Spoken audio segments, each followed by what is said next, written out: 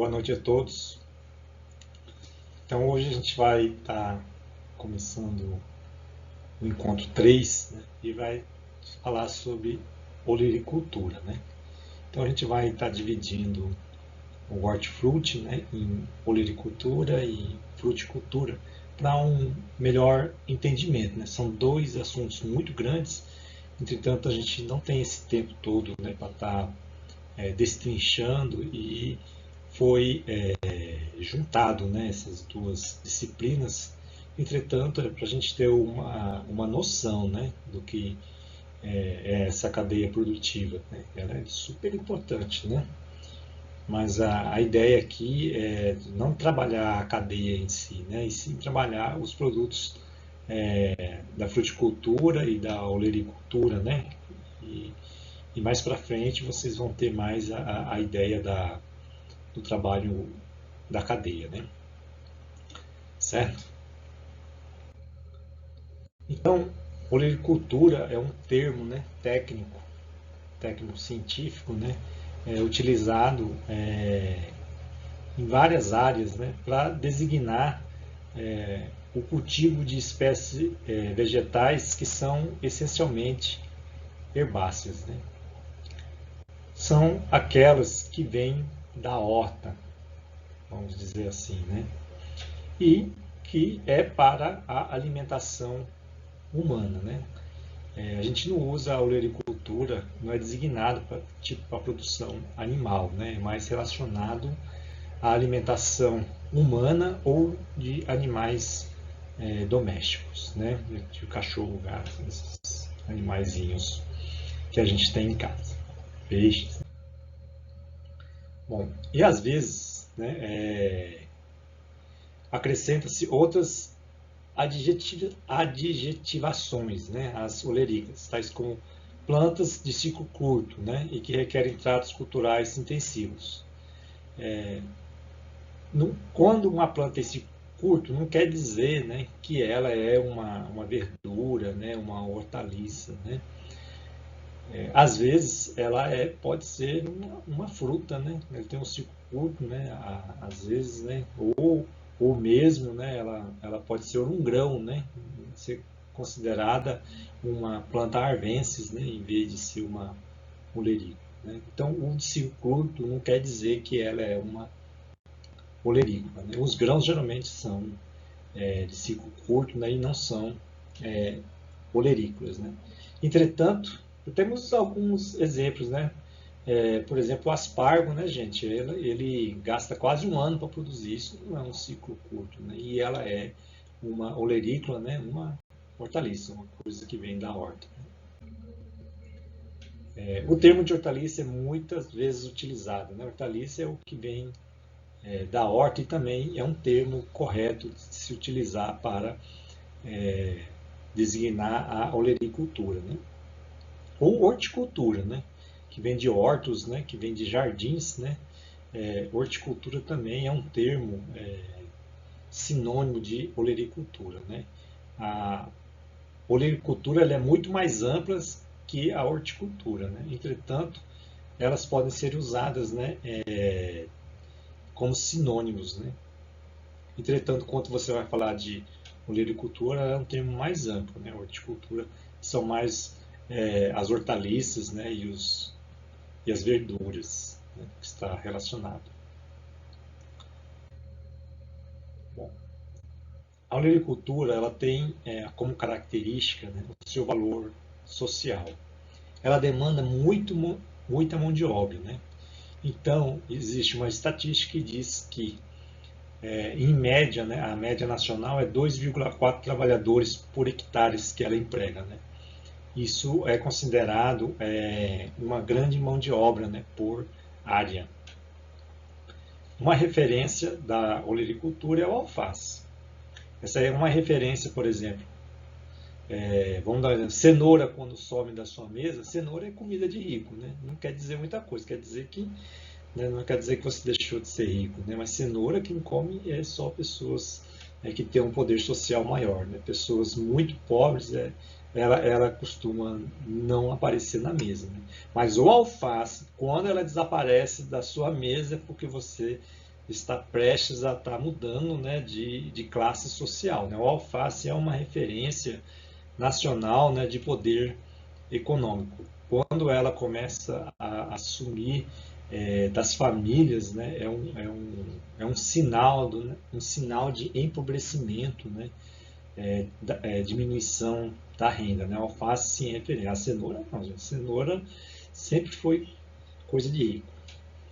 Renda aos pequenos agricultores. A agricultura sempre foi ligada, né? Sempre foi ligada não. Ela também é muito relacionada aos pequenos agricultores, devido à intensa mão de obra, né? E que o pequeno agricultor consegue dar, né? Essa intensa mão de obra em cima desse trabalho, né? Muito manual, né? Então, é muito indicado para pequenos agricultores. Ocupação no campo, né?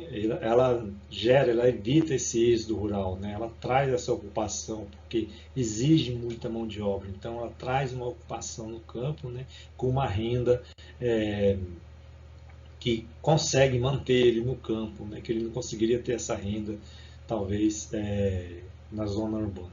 Apesar que existem zonas urbanas também, né? E é considerado um alimento saudável. Só que nem todo, né, alimento de horta é saudável, né? Hortas bem conduzidas, né, que têm utilizado corretamente os agrotóxicos, são alimentos saudáveis. Entretanto, a gente vê, né, que às vezes existe o uso abusivo de alguns produtos, né, e o alimento acaba não sendo tão saudável quanto a gente imagina. Entretanto, ele, né, a maioria das vezes, a gente pode comprovar que é um alimento saudável. Então, quando que a gente pode indicar, né, para uma pessoa iniciar aí na olericultura, né? Quando que? Então, algumas questões preliminares, né? Se a pessoa não conseguir responder, com certeza não deve ser nem começar a implantação de uma horta, né? Ou de um plantio de maior extensão, né? Dessa hortaliça ou dessa verdura. Né? Então, algumas questões que ajudam, né, a ir fazer o planejamento, né, para iniciar aí a atividade na olericultura. Né? Então, a primeira é em qual mercado ou forma, né, que vai comercializar. Primeira coisa, né? Onde é que nós vamos comercializar se a gente produzir? Né? Essa daí, se você não tem a resposta, ou se você vai ver depois, esquece. Né? Você tem que saber para onde é que vai o seu produto. Nesse local aí que você vai vender, né? Quais são as que tem mais demanda, né?